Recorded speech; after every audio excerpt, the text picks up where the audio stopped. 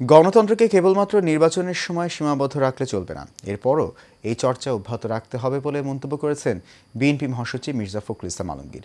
২৪শের গণঅভ্যুত্থানে BNP বইয়ের মোড়ক উন্মোচন অনুষ্ঠানে কথা বলেন তিনি। সবাইকে নিয়ে একটি গণতান্ত্রিক রাষ্ট্র বিনির্মাণ করতে চায় বিএনপি, তবে কেউ কেউ বিএনপিকে ভিন্নভাবে চিত্রিত করতে চাইছে বলে মন্তব্য করেন বিএনপি মহাসচিব। মোশাররফ তালুকদারের ক্যামেরায় কাউসার আহমেদের রিপোর্টে থাকছে বিস্তারিত। রাজধানীর একটি হোটেলে ২৪শের গণ অভ্যুত্থানে বিএনপি শীর্ষক বইয়ের মোড়ক উন্মোচন ও ডকুমেন্টারি প্রদর্শনী অনুষ্ঠানে উপস্থিত ছিলেন বিএনপি মহাসচিব সহ স্থায়ী কমিটির সদস্যরা।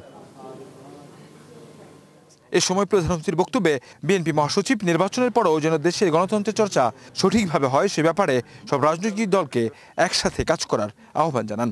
আমি বিপ্লবী নই, আমি লিবারেল, এই কথাটা একটু পরিষ্কার করে বলতে চাই।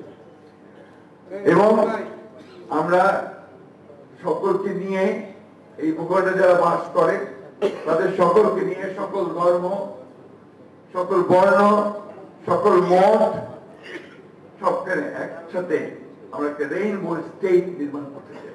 এটা আমাদের ঘোষিত নীতি।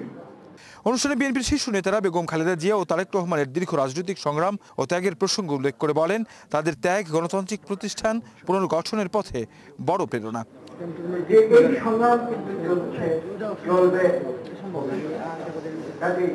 আমরা খুব বেশি এটা নিয়ে আশাহত হবার অথবা দুশ্চিন্তাগ্রস্ত হবার কোনো কারণ নেই, কারণ পৃথিবীর ইতিহাস সাক্ষ্য দেয় যে শক্তিশালী যারা রয়েছে তারা মানুষকে কুক্ষিগত করে সুযোগ সুবিধা দিতে চাইলেও মানুষ কিন্তু বারবার।